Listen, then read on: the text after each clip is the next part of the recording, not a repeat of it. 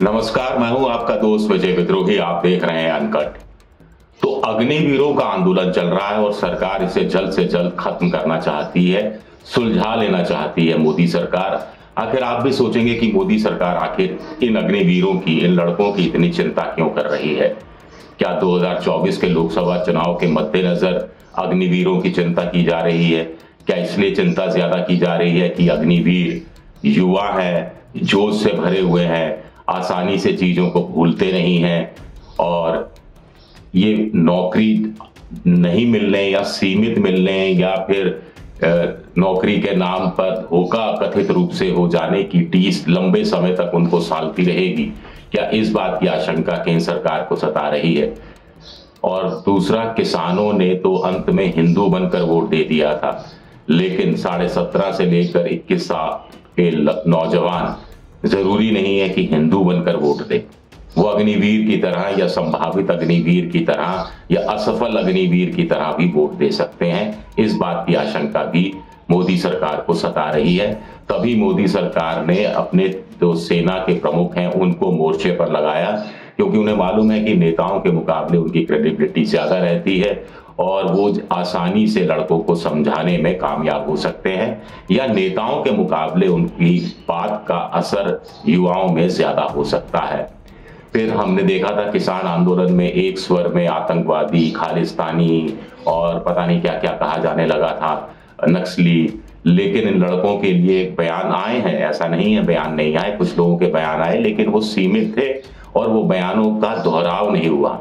कुछ एक नेताओं ने बोला, एक आध मंत्री ने भी बोला कि साहब जो बवाल कर रहे हैं, सेना तो अनुशासन वाली है तो उनको जाना नहीं चाहिए, फिर ये इन लड़कों को लिया नहीं जाएगा, कैरेक्टर सर्टिफिकेट और पुलिस वेरिफिकेशन और लिखित में देना होगा कि अग्निवीर का जो अग्निपथ के खिलाफ आंदोलन है उसमें वो शामिल नहीं हुए थे।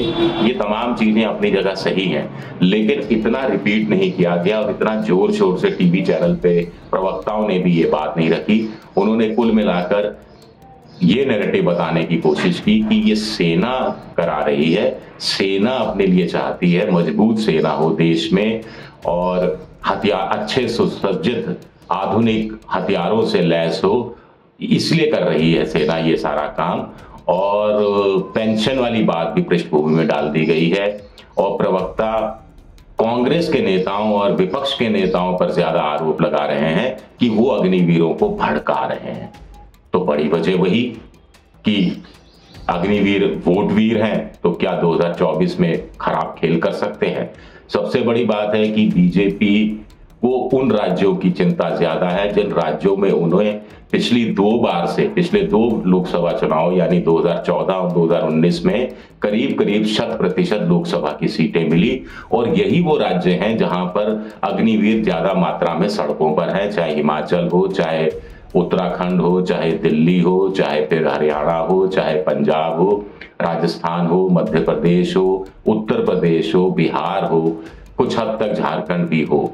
चलिए बात बिहार से शुरू करते हैं। बिहार में सबसे ज्यादा विरोध हुआ है, सबसे ज्यादा ट्रेनों को आग लगाई गई, सबसे ज्यादा लड़के वहां सड़कों पर उतरे। वहां की 40 सीटों में एनडीए के खाते में ज्यादातर सीटें आती हैं। नीतीश कुमार अगर इस मामले में थोड़ा इधर उधर हुए तो बीजेपी के लिए मुश्किलें आ सकती हैं। उत्तर प्रदेश में 80 में से 60 से ज्यादा सीटें बीजेपी ने जीती थी, वहां से बड़ी संख्या में लड़के सेना में जाते हैं, तो वहां का एक खतरा है। हिमाचल में 100% सीटें, उत्तराखंड में 100% सीटें, दिल्ली में 7 की 7 सीटें, हरियाणा में करीब करीब सभी सीटें, राजस्थान में लगातार 2 बार 25 की 25 सीटें, मध्य प्रदेश में 29 में से 27-28 सीटें लगातार 2 बार। तो इन इलाकों में अगर ये अग्निवीरों का आंदोलन लंबा चलता है, उनकी टीस अगर दूर नहीं होती, उनकी समस्या का निवारण करने की कोशिशें जल्दी नहीं होती और ये खिसकती है चीजें आगे, तो बीजेपी के लिए खतरा हो सकता है। ऐसा बीजेपी कुछ जानकार मानकर चल रहे हैं और इसीलिए वो ज्यादा कोशिश कर रहे हैं। अब देखिए, भास्कर की एक खबर पढ़ के सुना रहा हूं जिसमें लोकसभा में जो आंकड़े पेश किए गए थे उसके हिसाब से देखिए कि जिन राज्यों में ज्यादा आंदोलन हो रहा है वही राज्य हैं जहां से सेना में ज्यादातर लड़के जाते हैं, और वही राज्य हैं जहां से बीजेपी के खाते में लोकसभा की अधिकांश 90% से ज्यादा, कुछ जगह तो जैसा मैंने अभी आपको बताया 100% सीटें मिलती रही हैं। अब देखिए उत्तर प्रदेश की आबादी 23 करोड़ है, यहां से 2019-2020 में जो आखिरी भर्ती परीक्षा हुई थी तो 8,452 लड़कों का सिलेक्शन हुआ था। राजस्थान में 8 करोड़ की आबादी में से 6,887 का सिलेक्शन हुआ था। पंजाब में 3 करोड़ की आबादी लेकिन 7,813 का। वहां पर अकालियों के साथ इस बार बीजेपी नहीं है, कैप्टन अमरिंदर सिंह के साथ मिलकर चुनाव लड़ेगी। तो ऐसे में पंजाब की 13 लोकसभा सीटों में से वो ज्यादातर सीटें चाहेगी कि उसके हिस्से आए, तो लेकिन वहां आंदोलन भी बड़ा गर्म है, तो इसलिए भी बीजेपी को चिंता है। मध्य प्रदेश में 8 करोड़ की आबादी 3,103, हिमाचल में 70 लाख की आबादी है लेकिन 5,882, यानी 70 लाख की आबादी में 5,882 लड़के गए थे। हरियाणा में 3 करोड़ की आबादी में से 5,097 लोग गए थे। बिहार में 12 करोड़ की आबादी में 4,559 लोग गए थे। अब बिहार की बात करें, झारखंड की बात करें, छत्तीसगढ़ की बात करें तो वहां बहुत ज्यादा उद्योग धंधे है नहीं। वहां सेना के में जाने के अलावा लड़कों के पास और ज्यादा विकल्प बचता भी नहीं है। जैसा एक विकल्प हरियाणा में है, जैसा एक विकल्प पंजाब में भी है इस रूप में कि खेती है। अब किसान आंदोलन से तुलना की जा रही है कि मैंने आपको जैसे पहले बताया कि किसानों ने तो हिंदू बनकर वोट दिया था, लेकिन ये 17 से 21 साल का नौजवान जरूरी नहीं है हिंदू बनकर वोट दे, उसमें जोश ज्यादा है। किसानों का आंदोलन लंबे समय से चल रहा था, 10-15 सालों से। फिर उनके पास एक आय के लिए तो जो भी था, 2 जून रोटी का इंतजाम तो उनके पास था ही, फिर थोड़ा अनुभव भी था, फिर वो इस तरह के धक्के, इस तरह के झटके उनको जिंदगी में बहुत लगते रहे हैं, तो एक झटका और सही करके उन्होंने सहन कर लिया। लेकिन युवाओं के पास तो खोने के लिए कुछ नहीं है, जो कुछ है पाना ही पाना है। सबसे बड़ी बात है इन अग्निवीरों के पास खोने के लिए कुछ नहीं है, सब कुछ तो वो लुट चुका, खो चुके। वो नौकरी नहीं है, महंगाई है, बेरोजगारी बढ़ रही है, अच्छे शिक्षण संस्थाओं में दाखिला नहीं हो पाता है। अब जहां नौकरी की भी बात आती है तो वहां भी वो पिछड़ जाते हैं संपन्न राज्यों के मुकाबले, और कहीं कहीं रिश्वत के मामले में भी पिछड़ जाते हैं।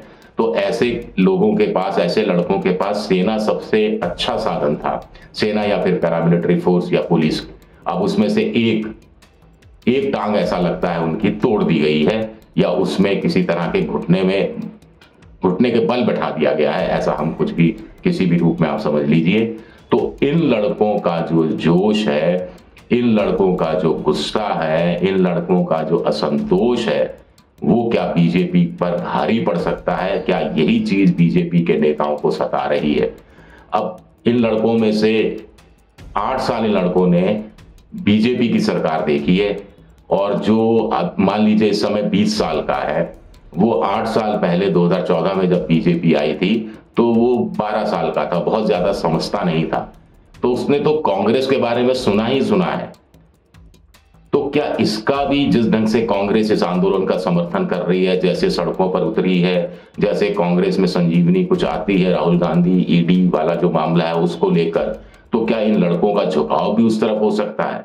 ये चिंता भी बीजेपी को करनी चाहिए, क्योंकि हरियाणा में सीधा मुकाबला, राजस्थान में, मध्य प्रदेश में, झारखंड में सीधा मुकाबला कांग्रेस से, हिमाचल में, उत्तराखंड में सीधा मुकाबला कांग्रेस से, उत्तर प्रदेश में मायावती और दूसरी पार्टी है अखिलेश यादव की, उनसे सीधा मुकाबला है, लेकिन कांग्रेस उनके साथ जुड़ जाती है। इसी तरह बिहार में महागठबंधन का हिस्सा कांग्रेस बन जाती है, झारखंड में झारखंड मुक्ति मोर्चे का एक मजबूत हिस्सा कांग्रेस बन जाती है। तो ये चीजें भी क्या बीजेपी को इस रूप में सता रही हैं? इसलिए वो चाहती है कि इन लड़कों के आंदोलन को खत्म करने की कोशिश की जाए, सेना का ही सहारा लिया जाए, खुद पर तोहमत कम लगाई जाए, विपक्षी दलों पर मामले को भड़काने का आरोप लगाया जाए, और इन अग्निवीरों को आतंकवादी या खालिस्तानी या नक्सली या उपद्रवी इस तरह की चीजें कहने से बचा जाए। तो ये एक नैरेटिव नया सेट करने की कोशिश है बीजेपी कर रही है, कितना कामयाब होगी पता नहीं। वैसे भी दूसरी तरफ बात करें तो लड़के जो हैं वो किसानों के मुकाबले इतने संगठित नहीं हैं, इतने एक्सपीरियंस नहीं है। इनके एक दो लड़के हैं जो बेरोजगारों का आंदोलन चला रहे हैं अलग अलग राज्यों में, लेकिन आपस में बहुत ज्यादा समन्वय नहीं है, आपस में बहुत ज्यादा संवाद नहीं है और कोई डायरेक्शन नहीं है।